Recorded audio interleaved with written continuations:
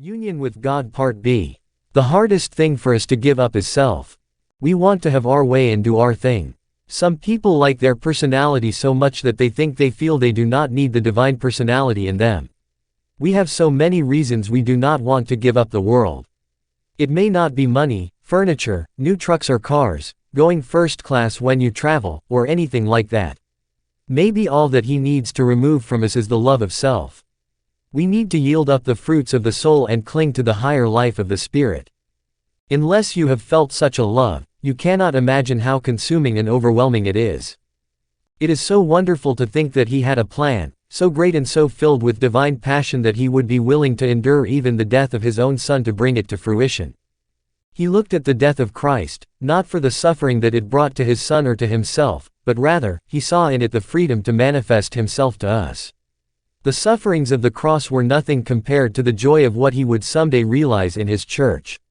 Our God is so lovely, so wonderful, and so gracious. I am feeling His overwhelming love for these truths even as I speak. In 1989, I was going through a terrible trial. It was probably one of the most difficult years of my life. As it would turn out, He chose that time to give me a tremendous blessing. On Thanksgiving Day, while I was worshiping, the Lord gave me the following experience. The Lord appeared to me, looking 500 pounds fat. Now, do not get offended. I do not want you to be one of those great religious folks who think Jesus would never do something like that because He will at times do some strange things to get His point across.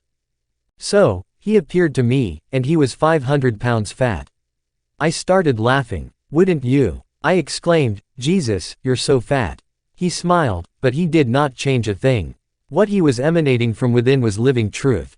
It was not mere rote memorized scripture, but living truths from the Word, pulsating with the very life of God. He was 500 pounds fat with the Spirit of truth.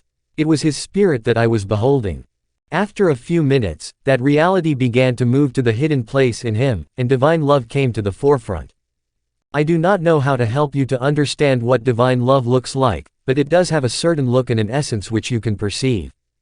This love was not anything like you and I experience in human relationships.